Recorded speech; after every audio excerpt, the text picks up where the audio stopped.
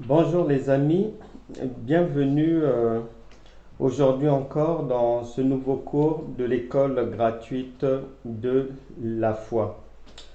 Si vous avez des questions, si vous avez besoin de prière, d'accompagnement, partager quelque chose, vous avez nos coordonnées, vous pouvez nous joindre. Si vous voulez faire des dons mais volontaires, vous avez aussi notre site www.francana.com, rubrique faire un don pour le faire. Bien aimé, pour aujourd'hui, nous allons utiliser cette Bible, 8 secondes. C'est la Sainte Bible, 8 secondes. Donc, j'espère que tout le monde a sa Bible, car il faut toujours en cours, même si c'est à domicile, avoir sa Bible, de quoi prendre des notes et puis son stylo. Hier, j'ai échangé avec une personne qui m'a fait relever. On était en train de regarder une conférence et puis elle m'a fait relever qu'elle était étonnée parce que dans cette conférence, l'auditoire, pratiquement dans son ensemble, qui écoutait l'orateur, prenait des notes. Ce qui n'est pas courant chez les chrétiens, ce qui est rare dans beaucoup d'églises locales. La Bible déclare, Romains chapitre 10, verset 17, que la foi vient de ce que l'on entend. Et le Seigneur ne dit pas entendre une seule fois, non. Ce sont les sages qui vont préciser que la répétition est la mère des sciences. Donc il faut prendre des notes. Il faut relire les notes pour comprendre. Tout n'est pas de prier, tout n'est pas de jeûner, tout n'est pas de parler en langue. Mais la foi a pour point de départ la compréhension. Beaucoup d'entre nous, pendant beaucoup d'années, et d'autres y sont encore, dans des jeûnes interminables, toutes sortes de jeûnes. Mais je me souviens à l'époque, je passais énormément de temps, des heures, dans la prière. Je priais de minuit à 4 heures du matin, chaque nuit, pour chasser les démons. Toutes sortes de jeûnes, toutes sortes de prières. Mais à la fin, plusieurs années après, je n'ai pas voulu me mentir à moi-même. Je me suis rendu compte que ça ne marchait pas. Il n'y avait pas les résultats escomptés. S'il y avait résultats, c'était des miettes. Et ce n'était pas ce que le Seigneur a prévu.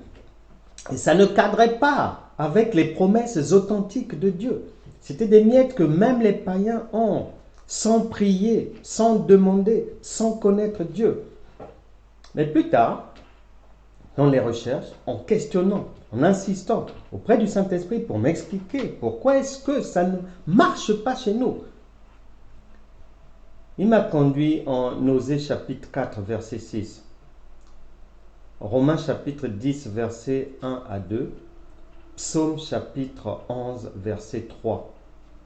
Beaucoup d'enseignements, beaucoup d'entre nous ont mis la prière comme élément fondamental, alors que la prière n'est qu'un accompagnateur.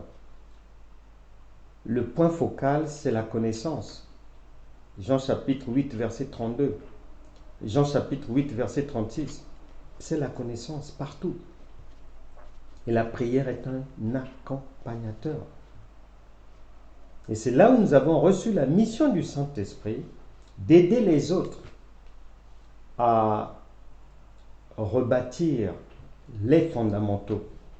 Lorsque nous l'avions fait, c'est à partir de là, lorsqu'on a inversé, on a priorisé la connaissance par rapport à la prière qui est un accompagnateur, nous avons commencé à voir du résultat dans nos vies. Et le vœu du cœur de Dieu est qu'il en soit de même pour tout un chacun. Et que ceux qui ont commencé à voir du résultat, que ça aille encore plus loin. C'est pour cela que la foi doit être enseignée. Parce que beaucoup pensent être dans la foi. 2 Corinthiens chapitre 13 verset 5. Le Saint-Esprit dit: examinez vous-même pour savoir si vous êtes vraiment dans la foi, si vous êtes vraiment dans la volonté de Dieu, si vous faites vraiment ce que Dieu a dit. Est-ce que vous ne mélangez pas? Est-ce que vous n'êtes pas à côté de la plaque? Est-ce que vous ne marchez pas dans l'ancienneté? Est-ce que vous n'êtes pas dans les œuvres de la loi? Alors que nous devons maintenant marcher par l'esprit de vie que nous avons reçu avec la venue du Seigneur Jésus, la résurrection, par le Saint-Esprit. Et aujourd'hui, le Saint-Esprit nous fixe rendez-vous pour que l'on revisite la foi, pour savoir ce que c'est exactement et comment est-ce qu'on marche dans la foi agréable à Dieu et la grande foi authentique qui apporte beaucoup de résultats. Notre cours d'aujourd'hui est intitulé « Le juste vivra par la foi ». Le juste vivra par la foi. Et notre texte de base, l'adresse biblique à laquelle nous sommes attendus par le Saint-Esprit, c'est Galates chapitre 3, verset 11. Galates chapitre 3, verset 11. Et que nul ne soit justifié devant Dieu par la loi. Cela est évident, puisqu'il est écrit: le juste vivra par la foi. Amen. La foi, on en entend parler à toutes les sauces. Mais le Saint-Esprit précise en amont que celui qui peut vivre par la foi, celui qui peut être considéré par notre royaume, le royaume de Dieu, comme étant dans le chemin de la foi authentique, en amont, on précise que c'est le juste. Alors la question, c'est d'abord de savoir, avant d'arriver à la foi, c'est de savoir qui est juste. Qu'est-ce que le Saint-Esprit appelle juste? Parce que la parole de Dieu nous fait comprendre que ceux qui sont reconnus comme marchant par la foi, ce sont les justes. Et en parlant du juste ici, le Larousse en donne une définition et qui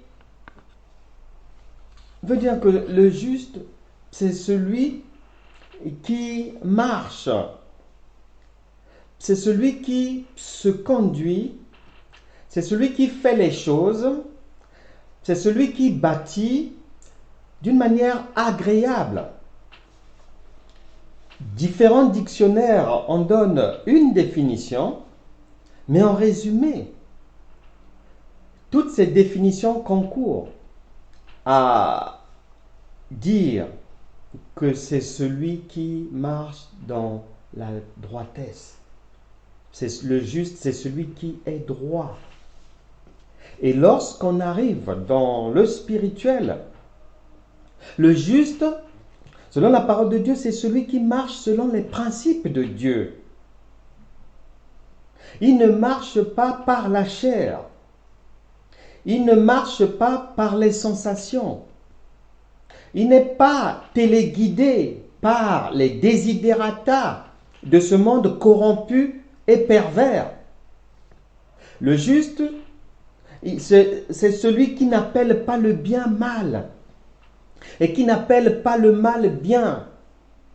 C'est celui qui n'a pas une manière de travailler, une manière de juger, une manière de faire qui se base, que ce soit dans le commerce ou autre, sur une fausse balance. Le juste, il n'escroque pas, il n'arnaque pas. il n'est pas dans la duplicité. Ésaïe chapitre 5, verset 20. Malheur à ceux qui appellent le mal bien et le bien mal, qui changent les ténèbres en lumière et la lumière en ténèbres, qui changent l'amertume en douceur et la douceur en amertume. Voilà. Le juste, c'est celui qui ne dérègle pas. C'est celui qui ne s'éloigne pas du bien, que ce soit dans ses écrits, dans ses pensées, dans ses paroles ou dans ses actes. C'est celui qui ne se satisfait pas de la compagnie des méchants. Il ne poursuit pas le mal. Il n'appelle pas le coupable innocent et l'innocent coupable. Proverbe chapitre 11, versets 17 à 21. Proverbe chapitre 11, versets 17 à 21. Il est écrit ceci. Celui qui donne, je suis au chapitre 17, c'est le chapitre 11, voilà, 17 à 21. L'homme bon fait du bien à son âme, mais l'homme cruel trouble sa propre chair. Le méchant fait un gain trompeur, mais celui qui sème la justice a un salaire véritable. Ainsi, la justice conduit à la vie, mais celui qui poursuit le mal trouve la mort. Ceux qui ont le cœur pervers sont en abomination à l'Éternel, mais ceux dont la voix est intègre lui sont agréables.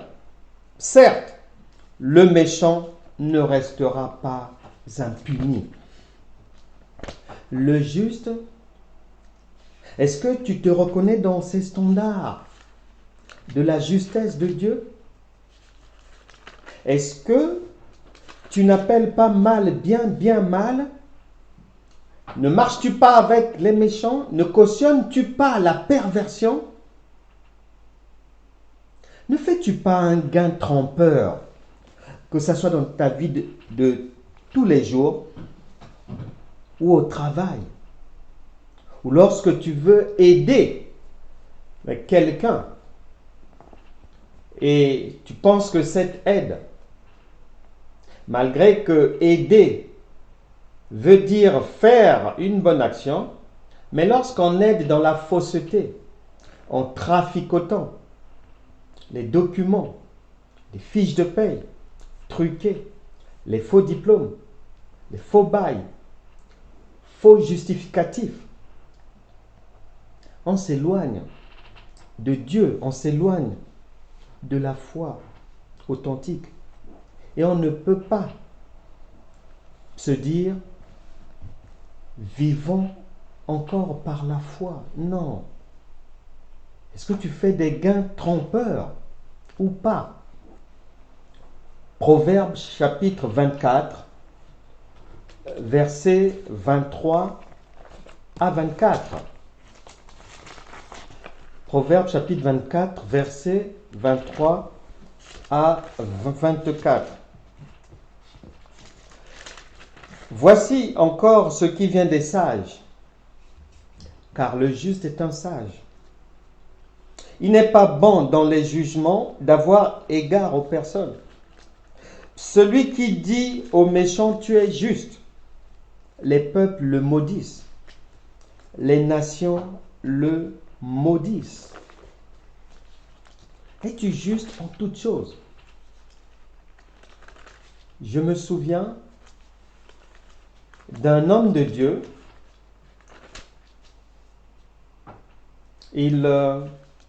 Dans ses enseignements, dans ses prédications, il demandait beaucoup d'argent. Il faisait des appels de fonds à n'en plus finir à chaque fois, trouvant toutes sortes d'arguties, créant toutes sortes d'arguments pour soutirer de l'argent pour obliger les gens à donner, au risque que Dieu ne bénira pas, Dieu ne fera pas. Celui qui donne plus d'argent, Dieu va faire plus. Mais quand je l'écoutais, je savais qu'il était sorti de la parole authentique, qu'il était dans le chemin d'un faux évangile. Et il a fait ça durant des années. Un jour, j'étais très content de le retrouver et de l'entendre donner le témoignage suivant. À un moment donné, l'œuvre pastorale lui procurait beaucoup d'argent. Bien évidemment, les brebis donnaient, soutiraient à droite à gauche. Il avait maintenant beaucoup d'argent. Mais il va dire quelque chose de très intéressant. Parce que notre Dieu, c'est le Dieu de la sagesse et de la justice. Dieu ne laisse pas le méchant impuni. Ne te trompe pas. Même lorsque tu fais l'adultère, je te le promets, répands-toi aujourd'hui. Sinon, tu le payeras très cher. L'adultère, cette relation sexuelle, ce rapport sexuel, la punition peut être une maladie incurable. Et cet homme de Dieu donnera le témoignage suivant, que pendant qu'il était plein aux as, à un moment donné, il s'est posé des questions parce que, bien que l'argent rentrait, il était plein aux as, mais il constatait, soit c'est sa femme qui était malade, soit les enfants étaient malades, soit à l'école ça n'allait plus. Les résultats des enfants en déclin. Les maladies à n'en plus finir. Les problèmes à répétition. La voiture à réparer chaque semaine, etc., etc. Il avait constaté une ribambelle de problèmes, une succession. Il s'est arrêté. Et c'est ce que le Saint-Esprit nous demande de faire. 2 Corinthiens chapitre 13, verset 5. Examinez-vous vous-même pour savoir un peu, est-ce que la manière dont je marche, est-ce que ce que je fais au travail, est-ce que les pensées que j'ai dans mon cœur concernant les autres, est-ce que ma manière de prier là, qui se concentre sur le moi, mes enfants, mon travail, ma voiture, ma maison, mes bijoux, mes vêtements, mes projets, mon terrain, est-ce que c'est conforme à la volonté de Dieu? Cet homme de Dieu s'est posé pour se poser des questions. Mais comment ça se fait? Je fais l'œuvre de Dieu. Je prêche bien. Mais je récolte en retour le bien que je fais aux autres. Les autres sont guéris. Les autres sortent des difficultés. Mais en ce qui concerne ma maison, c'est le chaos. Problème avec madame. Menace de divorce. Alors que les poches sont pleines. Maladie à droite, tel enfant. Maladie là-bas. Il faut courir là-bas. Il faut aller à tel centre. Il faut aller récupérer l'enfant au commissariat de police, etc., etc. Je s'est dit, mais non.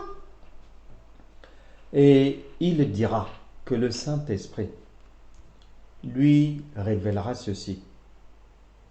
C'est ce que tu récoltes lorsque tu amasses une richesse mal acquise. Lorsque tu prends de l'argent d'une personne qui ne peut plus derrière cela payer son loyer, payer les factures, offrir quelque chose à l'enfant, supporter les charges de la maison. C'est le prix de ces péchés-là. Et j'avais été très content de l'entendre dire que depuis ce jour-là, que le Seigneur lui avait révélé ces choses, alors qu'il avait déjà beaucoup d'années dans le ministère. Mais il marchait dans l'ignorance. Comme beaucoup de gens aujourd'hui. Et il dira que depuis ce jour-là, lorsqu'il avait cessé de soutirer par toutes sortes de pressions l'argent des brebis, toutes sortes d'offrandes qu'il fabriquait, les prétextes de loyer, de ceci, de cela, de l'offrande du prophète, toutes sortes d'arguments comme ça.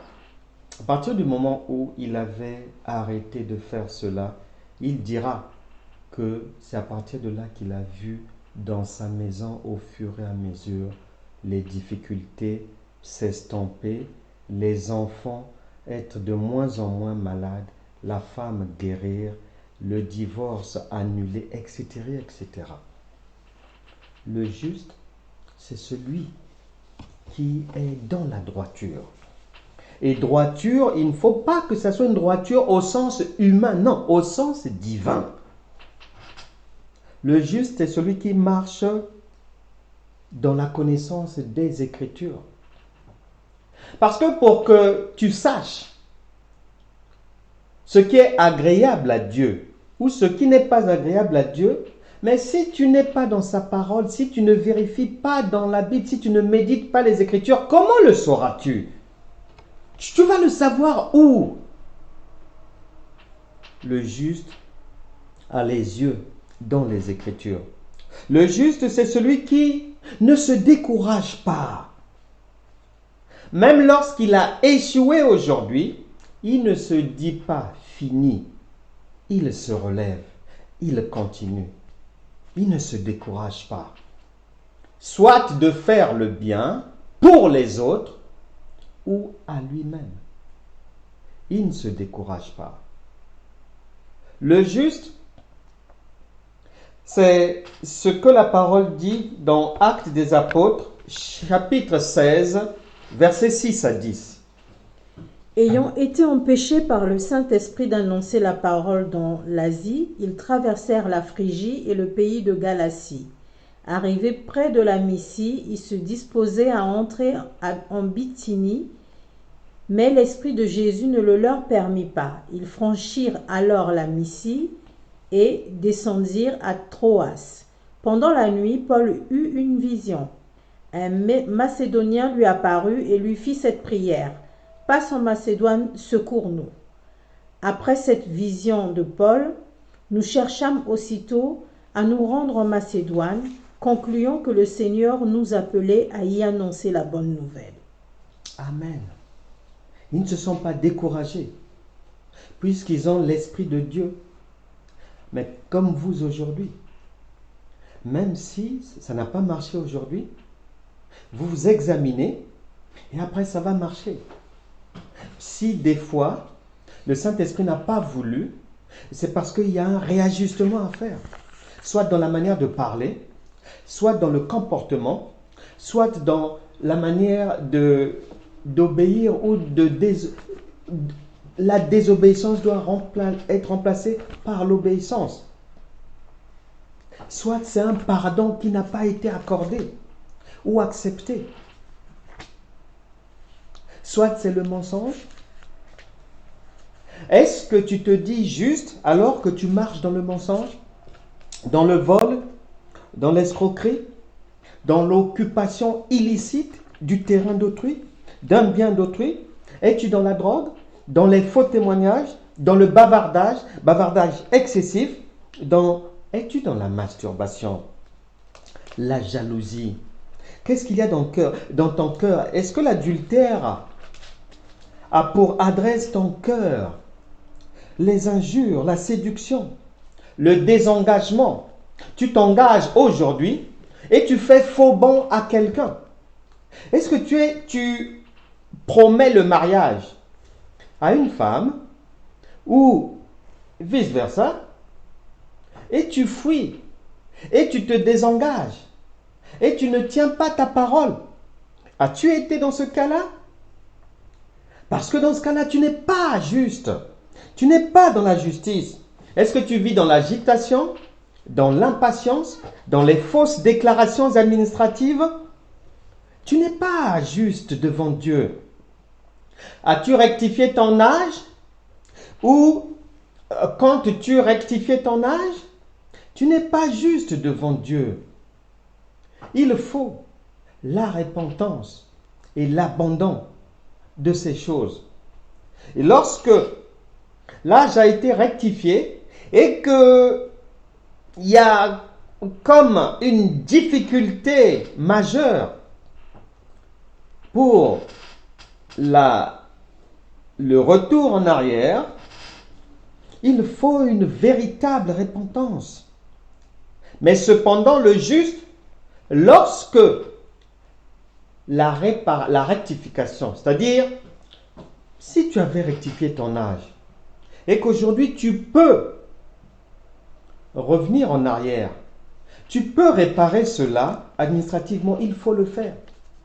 Si ton âge avait été rectifié, tu étais encore mineur, rectifié par tes parents, étant majeur, tu peux revenir en arrière et retrouver ta vraie identité qui court à partir du jour de ta véritable naissance.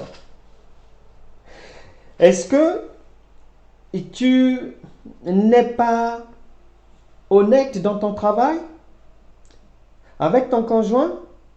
Est-ce que tu es dans le tabagisme, l'homosexualité, le lesbianisme, l'échangisme? Parce que tout ça là, c'est à l'extérieur de la justice de Dieu. Est-ce que tu es dans le voyeurisme, la pornographie, l'infidélité professionnelle, l'infidélité conjugale, l'infidélité parentale, l'infidélité sociale? Où es-tu? Est-ce que lorsque tu t'examines, Dieu ne trouve-t-il pas une fraude quelque part dans ta vie? Il n'en a pas trouvé chez Nathanaël. Jean chapitre 1, versets 45 à 49. Philippe rencontra Nathanaël et lui dit, « Nous avons trouvé celui de qui Moïse a écrit dans la loi et dont les prophètes ont parlé, Jésus de Nazareth, fils de Joseph. » Nathanaël lui dit, « Peut-il venir de Nazareth quelque chose de bon ?» Philippe lui répondit, « Viens et vois. » Jésus, voyant venir à lui Nathanaël, dit de lui, « Voici vraiment un Israélite dans lequel il n'y a point de fraude. » Amen. Est-ce que le Saint-Esprit peut en dire autant de toi lorsqu'il te voit et qu'il voit tous les domaines de ta vie? Est-ce qu'une échographie sans indulgence de ta vie peut permettre au royaume de Dieu de t'inclure parmi les justes? Es-tu de ces dirigeants qui rejoignent des structures mafieuses, ou bien es-tu de ces personnes qui cautionnent le mal avec une casquette de chrétien? Car la Bible déclare, ne partage pas, ne rentre pas dans le péché d'autrui. J'ai toujours été étonné. Dans la Bible, les enfants de Dieu, comme Joseph, comme Daniel et plein d'autres, lorsqu'ils ont rejoint des structures dans lesquelles il y avait des magiciens de Pharaon, des occultistes, des satanistes et autres, mais que ce soit en Égypte ou à Babylone, lorsqu'ils les ont rejoints, la lumière de Dieu, la présence divine en Joseph et en Daniel a fait sortir les ténèbres, fait sortir la lumière dans les ténèbres plutôt. Beaucoup se sont convertis. Leur travail a été reconnu. Ils ont été élevés, reconnus, non seulement par les méchants, par les magiciens, par les satanistes, leur autorité, leur savoir a été reconnu. Et nombreux ont suivi le Dieu de Joseph, le Dieu de Daniel. Mais dans les temps actuels, il y a une réalité étrange et anti-biblique. C'est celle, par exemple, où on retrouve même des pasteurs ou des chrétiens qui rejoignent des gouvernements dans leur pays. Et dans ces gouvernements-là, en général, ce sont des gouvernements dans lesquels on retrouve des incroyants, des mécréants, des satanistes. Et chose bizarre, on n'a jamais entendu que ces pasteurs devenus ministres ou chrétiens affermis devenus ministres dans ces gouvernements-là aient emmené à la conversion et emmené à la repentance les autres. Jamais. Mais ce qu'on entend, c'est quoi? C'est que ces chrétiens, ces pasteurs, ces chrétiens, avec le temps, ont rejoint les autres en prenant leurs habitudes, détournant les fonds comme eux, assistant au mal, cautionnant le vol, cautionnant la fraude électorale, alors que Dieu nous a mis en garde de ne pas appeler oui, non, et non, oui, de ne pas appeler bien, mal, mal, bien. C'est-à-dire que si quelqu'un n'a pas gagné, dire qu'il a gagné, Dieu ne nous demande pas de soutenir la méchanceté. Quelqu'un est là au pouvoir depuis près d'un siècle, n'a rien fait. Il n'y a pas de route, il n'y a pas d'hôpitaux, il n'y a pas d'eau. Les gens sont abandonnés. Les richesses du pays sont détournées. Dieu nous déconseille d'aller soutenir de telles personnes.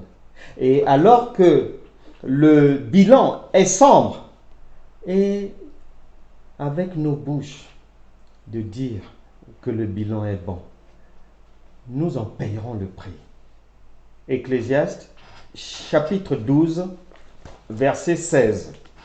Ecclésiaste, chapitre 12, verset 16. Car Dieu amènera toute œuvre en jugement, au sujet de tout ce qui est caché, soit bien, soit mal. Amen.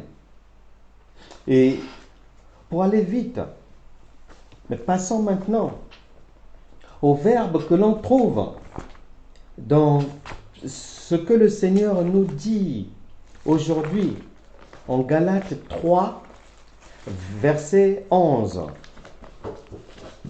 Ce que le Seigneur nous dit par le verbe vivre.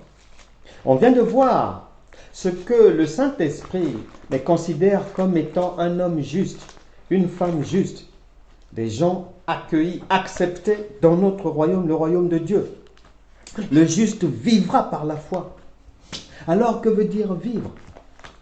Si on a pu franchir la sélection au niveau de la justice, si on est qualifié, on passe à la vie. Vivre, le dictionnaire le définit ce verbe comme étant la réussite,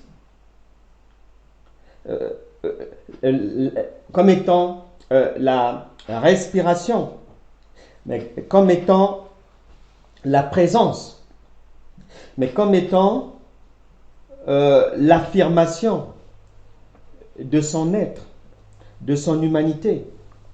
Et lorsqu'on vient dans le spirituel, vivre, c'est avoir du succès, c'est être debout, c'est vaincre l'adversité, c'est savoir lire et gérer les saisons de la vie. La Bible déclare que Jésus est le chemin, la vérité et la vie. Jean chapitre 14, verset 6. Est-ce que c'est ce chemin que tu suis? Parce que c'est ce chemin qui mène à la vie. Jean chapitre 14, verset 6. Je suis le chemin, la vérité et la vie. Nul ne vient au Père que par moi. Amen. Est-ce que tu marches selon les standards de Jésus? Parce que c'est lui qui donne la vie. Et si tu es en Christ, le Saint-Esprit vit maintenant en toi. La vie dont Dieu parle, c'est cette vie qui consiste, par la présence de Dieu, à ce que tu restes debout, à ce que tu ne sois pas malade, à ce que tu réussisses dans les objectifs de la vie. Vivre, dans le sens divin, c'est aussi le passage de l'échec à la réussite. Vivre, c'est la résurrection de tout ce qui était mort dans la vie de quelqu'un. Un mariage mort peut être ressuscité. C'est ce que le Seigneur a fait. En ressuscitant, je vous l'ai déjà exposé un jour. Je l'avais lu dans les années 2006. J'avais lu le livre Le banquet de Dieu de Georges El-Khoury. Et El-Khoury, qui était un grand financier, avait divorcé de sa femme. Et Dieu avait ressuscité leur mariage au bout de 35 ans. Ils se sont remariés en présence de leurs enfants. Il n'est pas trop tard pour toi aussi. Fais confiance au Seigneur et foi en lui. Et tout ce qui était mort, tout ce qui était défunt dans ta vie, peu importe le domaine, va ressusciter. Là où les gens t'avaient injurié, avaient déjà dit que c'en est fini pour toi, ce n'est pas encore fini.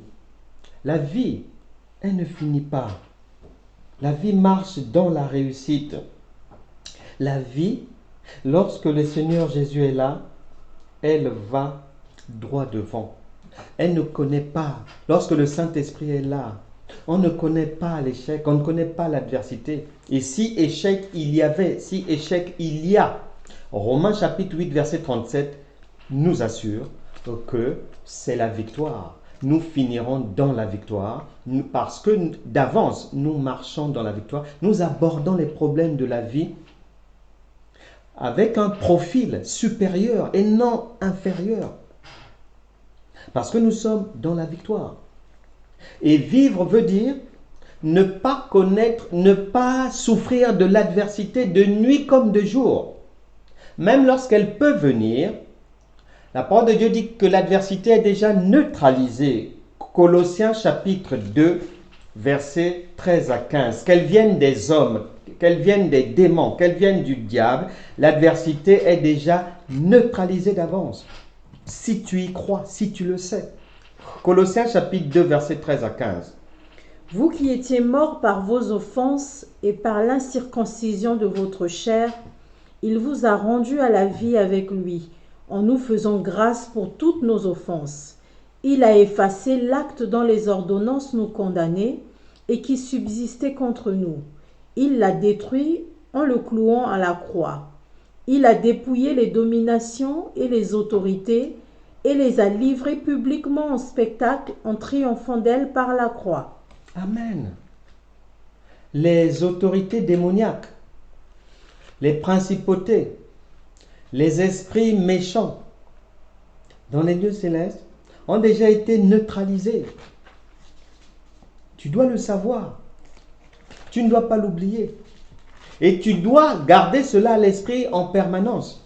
Il faut que pour que tu sois bénéficiaire de cette sécurité, il faut que ce qu'il y a dans ton cœur, ce qu'il y a dans tes pensées, ce qui sort de ta bouche, ce que tu écris et tes actes soient sur la même longueur d'onde. Et c'est là où la pleine sécurité sera visible dans la vie. Car vivre, c'est être en sécurité, en le sens divin. Il est écrit que le juste vivra par sa foi. Allons maintenant au niveau de la foi pour voir ce qu'il en est. La foi est une puissance protectrice.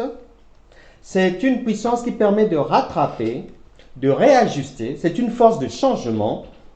La foi ressuscite les situations mortes ou perdues. La foi se manifeste par une confiance inébranlable à Dieu. Beaucoup pensent marcher dans la foi, mais ils n'y sont pas. Mais par exemple, j'étais allé quelque part dans une maison, assister une famille un jour. Et au moment où j'allais commencer à prier, j'ai commencé à prier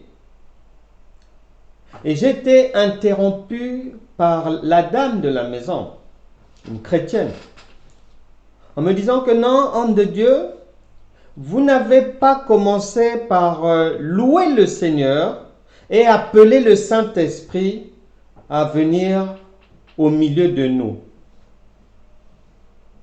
Je dis, comment ça? Donc voilà. Est-ce que vous êtes comme ça? Comme cette chrétienne, comme d'autres chrétiens qui pensent que pour prier, il faut d'abord, avant de prier, appeler le Saint-Esprit qu'il vienne au milieu de nous. Alors que la Bible dit que je suis avec vous tous les jours jusqu'à la fin du monde. Il va venir d'où encore? Il est déjà là.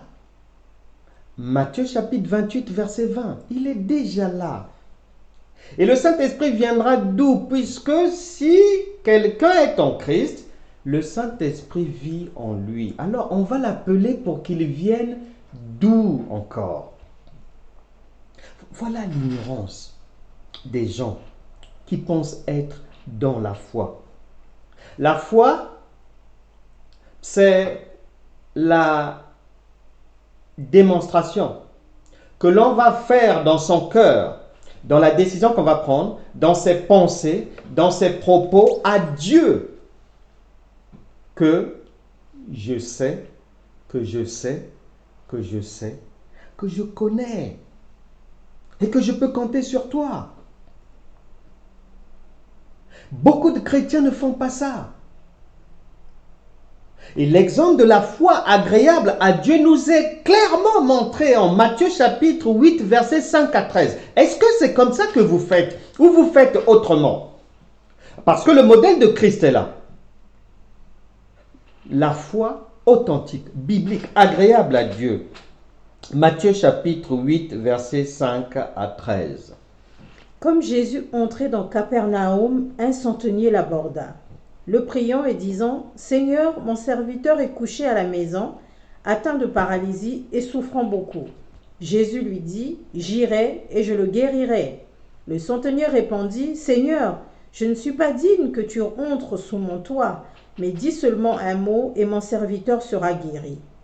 Car moi qui suis soumis à des supérieurs, j'ai des soldats sous mes ordres, et je dis à l'un, va et il va, à l'autre, viens et il vient, et à mon serviteur, fais cela et il le fait. » Après l'avoir entendu, Jésus fut dans l'étonnement, et il dit à ceux qui le suivaient, « Je vous le dis en vérité, même en Israël, je n'ai pas trouvé une aussi grande foi. Or je vous déclare que plusieurs viendront de l'Orient et de l'Occident, et seront à table avec Abraham, Isaac et Jacob dans le royaume des cieux. Mais les fils du royaume seront jetés dans les ténèbres du dehors, où il y aura des pleurs et des grincements de dents. » Puis Jésus dit au centenier, « Va, qu'il te soit fait selon ta foi. » Et à l'heure même, le serviteur fut guéri. Nous partons tous de la maternité en tant que bébés spirituels, comme nous l'étions à l'époque physiquement. Mais après, on grandit. Et spirituellement, on doit aussi grandir. Et une fois qu'on a grandi, les choses deviennent plus simples. Un enfant, lorsqu'il grandit, il va aller se servir de l'eau plus facilement. Il va se déplacer plus facilement. Il n'aura plus forcément besoin de maman. Il ne va plus pleurer pour aller prendre sa culotte. Les choses deviennent plus simples. C'est cette foi-là qui grandit. Cette foi-là mature. La Bible déclare que Jésus croissait en intelligence, en maturité, en stature. Et ce Jésus est maintenant au-dedans de tous ceux qui ont le Saint-Esprit en eux. Conclusion, ils doivent aussi grandir en stature, en intelligence, en maturité. Et c'est ce qui est agréable à Dieu et le centenier romain. Matthieu chapitre 8, versets 5 à 13. Vient prouver à Jésus que j'ai grandi. Parce que Jésus lui dit, on va aller, je vais guérir ton serviteur. Il dit, non, tu n'as même pas besoin de te déplacer. Puisque avant je l'ignorais, mais maintenant je sais que tu es omniprésent. Donc ça veut dire que pendant que nous sommes ici, tu es aussi chez moi là-bas. Et j'ai appris que ta puissance est sans limite. Donc, il n'y a pas besoin obligatoirement d'une imposition des mains. Si tu dis seulement un mot, mais ta puissance couvre toute la surface de la terre, couvre l'univers. Je le sais, je ne le savais pas avant, mais je le sais maintenant. Je n'ai pas besoin, tu es là, tu es avec moi, tu es Dieu. Je n'ai pas besoin forcément de jeûner. C'est ce que le centenier nous enseigne. Je n'ai pas forcément besoin, je n'ai pas à te donner de l'argent pour recevoir ton secours. Il n'y a pas d'eau, le centenier n'a pas jeté de l'eau quelque part. Il n'a pas pris des bougies. Il n'a pas mis le sel. Il n'a pas dit à Jésus que attends que j'aille d'abord me baptiser. Non. Il n'y a pas eu de veillée de prière. Mais il y a eu la repentance. Parce qu'il a dit au Seigneur que je ne suis pas digne que tu rentres chez moi. Physiquement. Je ne suis pas digne. Il reconnaît ses péchés. Est-ce ton cas? Il reconnaît ses erreurs. Est-ce ton cas? Il réajuste. Il se met en osmose, en harmonie avec Dieu. Et la Bible déclare, le Seigneur se tourne vers ses amis et il dit, je n'ai pas encore vu une telle foi, une aussi grande foi ici en Israël. Le juste vivra par la foi. Ce n'est pas une foi de la maternité. Le juste vivra par la foi. Il ne vivra pas avec une foi de l'école maternelle spirituelle. Il ne vivra pas avec une foi de l'enfance spirituelle. Il ne vivra pas avec une foi de l'adolescence spirituelle. Non. Il vivra avec une foi mature qui a grandi. Je me souviens, nous étions en 2001 et lorsque nous sommes à un moment de la vie, j'ai eu, comme beaucoup de parents, un différend, des incompréhensions avec ma fille aînée. Et l'enfant, à l'époque nous étions à Lyon, l'enfant a décidé, fâché, de repartir pour aller vivre chez sa mère à Bordeaux. Et l'enfant est parti. Le problème a débuté en 2001. Et le 18 novembre 2002, je suis devenu enfant de Dieu. Ce problème-là, cette rupture-là avec l'enfant qui était parti, pas de nouvelles, on ne peut pas la joindre, elle avait rompu avec moi. Comme beaucoup de parents souffrent de peut-être ce qu'on peut appeler entre guillemets la rébellion des enfants. Ça a duré plusieurs mois. Le 18 novembre 2002, je deviens enfant de Dieu. Le problème avait débuté lorsque j'étais encore païen. 18 novembre 2002, je deviens enfant de Dieu et ce sujet fut l'un de mes principaux sujets de prière. Je priais tout le temps pour ça. Je jeûnais pour ça. Et arrivé en 2003, un jour, j'ai été exaucé. Ma fille m'appelle. Nous avons renoué. On a fait la paix. Et jusqu'à aujourd'hui, on s'entend très, très, très bien. Les années passent. On arrive en 2012.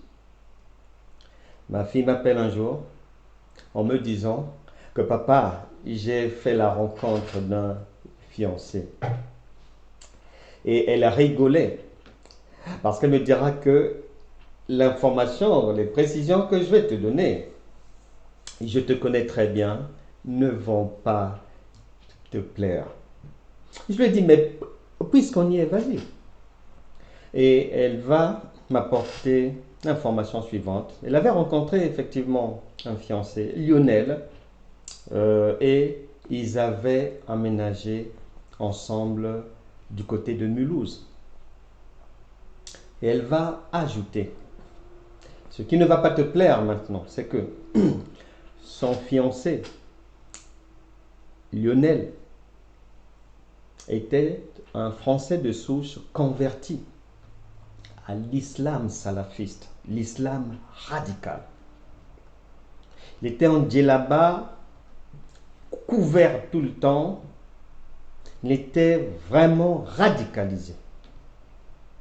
Donc, imaginez-vous, comment est-ce qu'un parent qui ne s'y attendait pas, qui n'avait jamais pensé à ça, qui n'avait jamais perçu, qui n'avait jamais vu venir cela, va réagir? C'est peut-être votre cas par rapport aux enfants ou par rapport à un autre problème.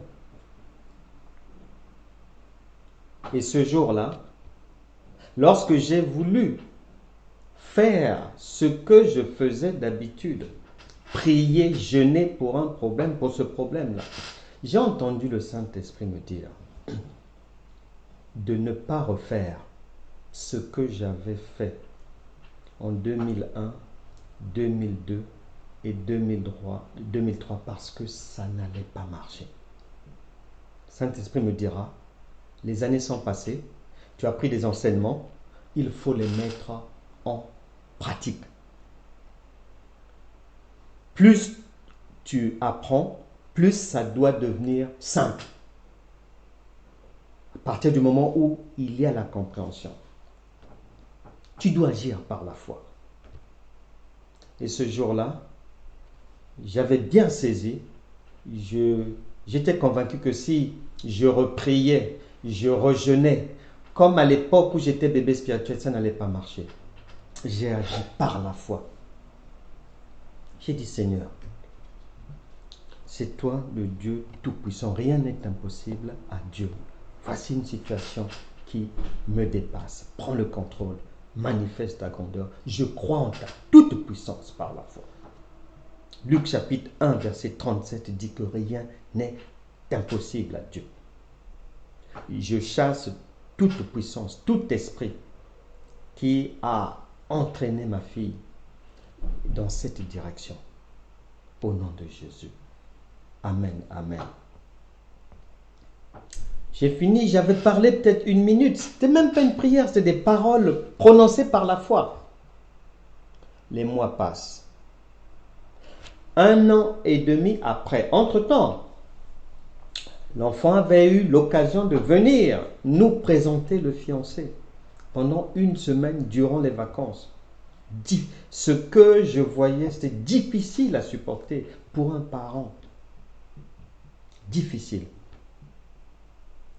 Mais, une fois que j'avais parlé plusieurs mois auparavant, j'ai fait comme si ce problème n'existait plus parce que le dossier a été remis entre les mains du Tout-Puissant.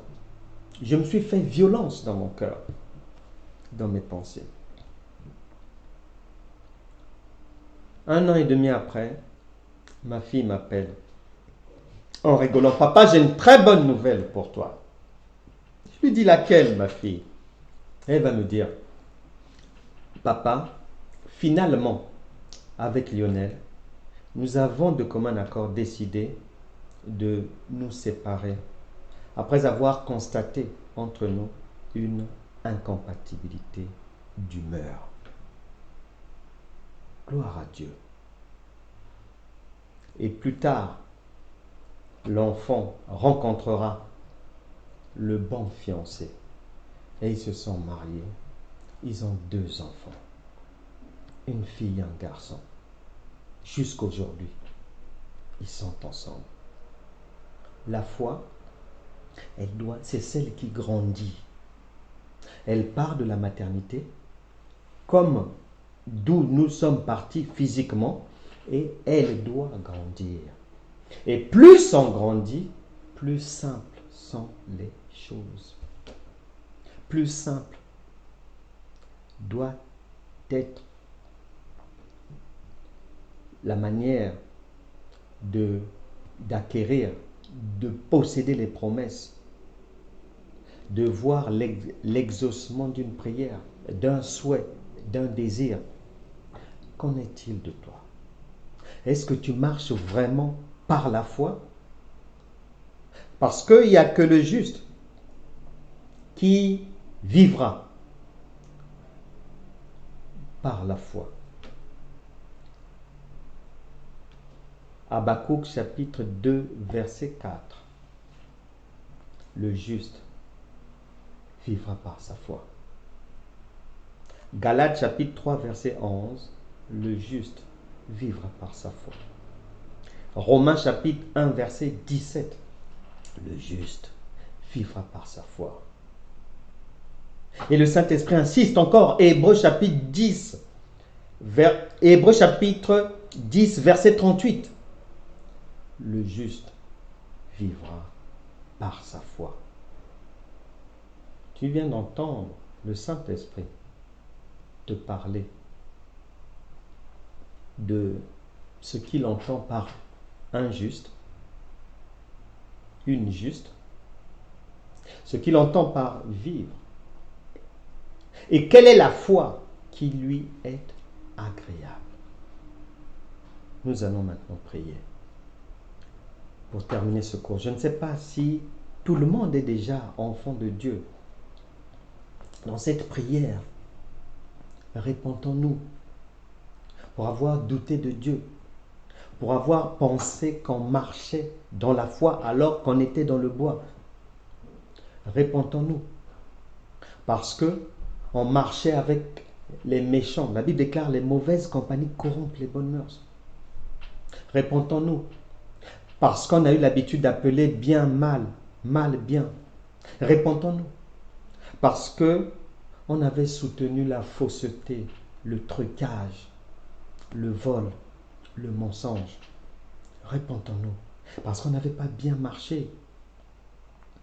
Et désormais, la volonté de Dieu est que tout un chacun puisse réussir la vie, puisse vivre en marchant dans la justice et en récoltant des résultats dignes de la foi authentique, de la foi du centenaire romain.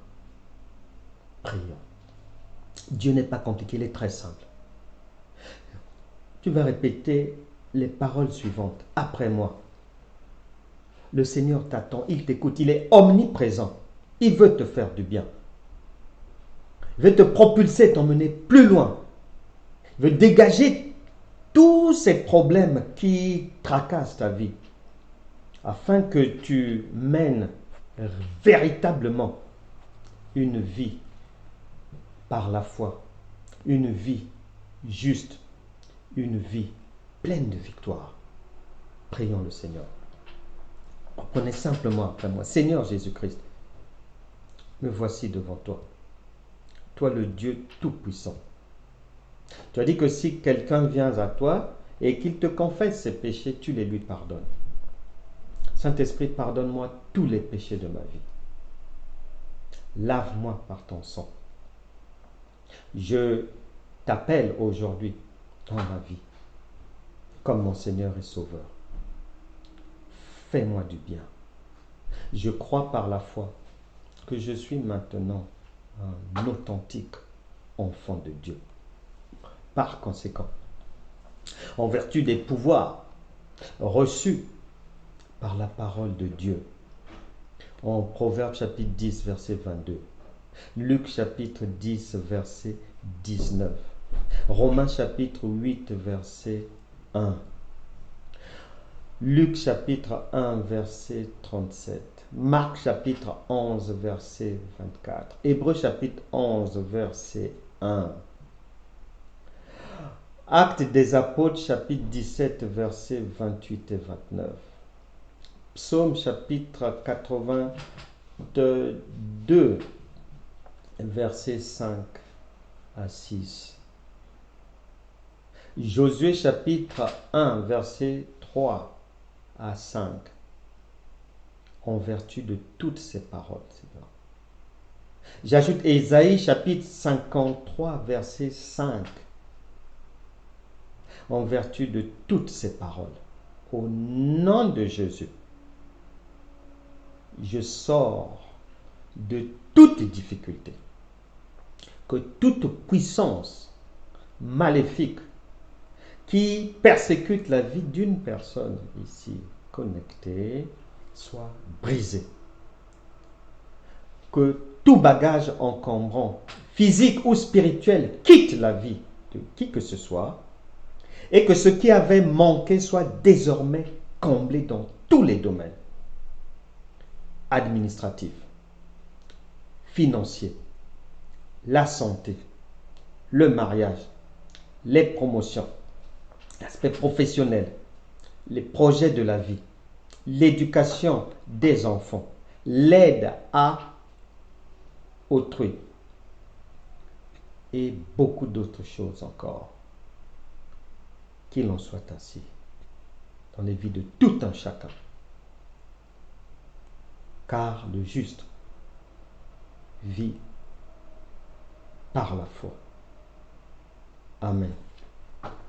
Amen. Amen. C'était un plaisir de vous retrouver dans ce cours. Vous avez la possibilité, si vous étiez absent, de voir ces cours, puisque vous les trouvez sur Ziana TV, vous les trouvez sur Franck Cana TV. Ils sont là, vous pouvez les partager. Je vous invite aussi à vous abonner et à être vraiment une personne qui partage, une personne qui voudrait aussi que le Seigneur aide les autres, une personne non égoïste, car la parole de Dieu déclare en Actes des Apôtres chapitre 20 verset 35 qu'il y a plus de bonheur à donner qu'à recevoir. Raison pour laquelle nous avons reçu gratuitement et nous vous donnons gratuitement. À très bientôt pour un prochain cours. Au revoir.